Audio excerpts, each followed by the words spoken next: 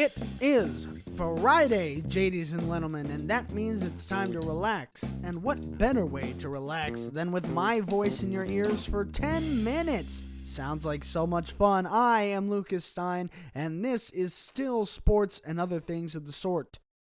Or Sautots for short. That's Saotots.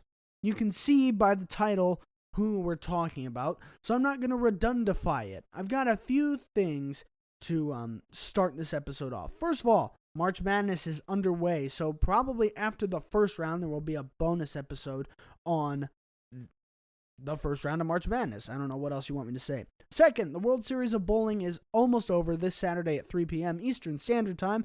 The World Championship will take place, so after that's over, you can expect a bonus episode. Third, the MLB season is technically underway, but only 2 teams are playing, but they're done now. I don't know. The Tokyo series is janking everything up. But everybody will join in late March. Baseball is back, baby! And finally, please share this podcast with your friends. We may be in the modern ages of technology, but word of mouth is still important. So without further ado, let's get started. Last Monday, on Monday Night Raw, John Cena cut his first promo since turning heel. John Cena turned heel? Yeah, he turned heel.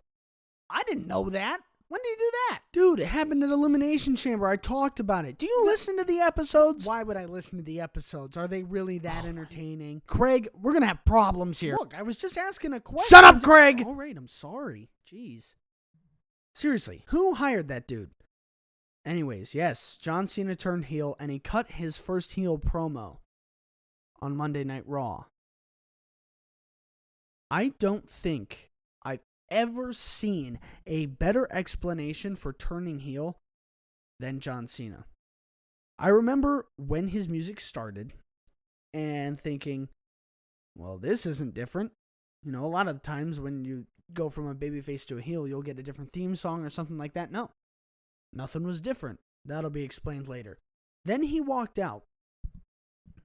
He didn't run out pumping his fist. He didn't look around the audience. He didn't talk to the camera. He didn't talk to himself. He just walked out to the top of the ramp. He still pulled out that towel that says the last time is now, but before he went to the ring, he didn't talk to Stu, the cameraman. He didn't throw the towel into the crowd. He just walked down to the ring, kept the towel, and he used the steel steps to get in. His face had like a half scowl on it, and facially, he looked as you would expect a heel to look. Now, I was waiting with bated breath to hear what he was going to say, and the dude crashed out like every other heel. He went off on the crowd and was destroying everything they've done for 20 years. However, this might be the most reasonable and justified heel breakdown of all time. A lot of the times, heels cut promos that come from a twisted reality of sorts. They'll say the fans never supported them, or that one guy ruined their whole career. When in reality, the fans never stopped cheering for him, and he lost to that one guy that, quote, ruined his career. But Cena did something not many heels do, and something that's very typical of John Cena. He told the truth. He called the audience the bad guy in a dysfunctional relationship, always wanting more and never being satisfied. For 20 plus years, the audience never gave him an inch. He said when he first showed up, he was booed, so he changed. When the audience got bored, they booed, so he changed again. Then, after that, they got bored and the audience kept booing him. Even when Cena was fighting the big bad guy, they still booed the crap out of him. He said he's tired of changing for the people just to please them. And if you thought the people that were cheering for him that whole time were safe, then you would be wrong. He basically called them leeches. They bought his merchandise just to shove their way into his life, in his story, in his legacy. I mean, I think it's super reasonable. I think this is super reasonable to be angry with. He just wants to be recognized for his success. He has been the good guy in the WWE for the better part of the century. And no matter how good he's been to the other wrestlers or the fans, no matter the insurmountable odds he overcame, the audience still booed him. Heck, he didn't even have to wrestle. Just play his theme song. The audience would sing along. John Cena sucks. John Cena sucks. I don't know if I can get copyright claimed, so that's where I'm going to stop. Or when he stood in the ring to say a promo, the audience would go back and forth with, let's go Cena, and Cena sucks. For his whole career. And the thing is, the Cena we're seeing isn't a completely different Cena. This Cena is still conscious of who he was. He wasn't trashing other baby faces just for a cheap reaction. He was just speaking from a genuine place in his heart, which is what Cena does a lot of the time. This Cena even said he acknowledged that he put his values on the line when he sold out for The Rock. He didn't say he sold out for The Rock, but still. And even then, the only thing fans could think about is, what do we get? What do we get? What do we get?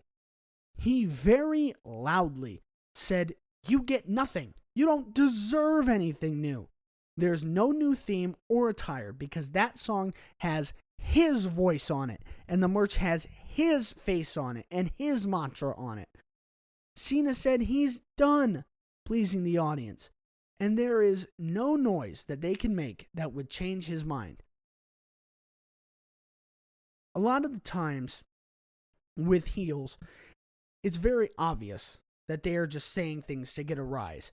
You know, they'll trash the town they're in or they'll insult the people on baseless stereotypes or just baseless insults in general. But Cena insulted the fans with the truth. Truly, they've been awful. Booing him no matter what he was doing. Never caring for John Cena, the human being. Oh yeah, the other thing he said, which is brilliant, he said that he is not a babyface or a heel. He is a human being with feelings and emotions that can be hurt and manipulated. And the fans have never cared how he was feeling on the inside. They either wanted him to lose or change who he was. So he's done. He broke up with all the fans. Yes, even you, Mr. Santi Zap, I'm sorry. He doesn't want anything to do with us. It is all about him now. I don't know about you, but everything he said is true. He has tried to be the guy that everybody liked, and the fans never cared for it. He'd be booed out of arenas. Remember when he announced that he would have to take time away from the ring, and I think early 2010s he suffered an injury. He announced that, and the audience cheered. I'm not talking there was one guy that just went, woohoo! The whole arena blew up. They were so happy that he wouldn't be wrestling for a while. They weren't remorseful. They didn't care that he was injured. I know most people wouldn't be able to handle that type of hate for 20 minutes, let alone 20 years. John Cena has finally had enough, and he's making a move for the betterment of him, not us.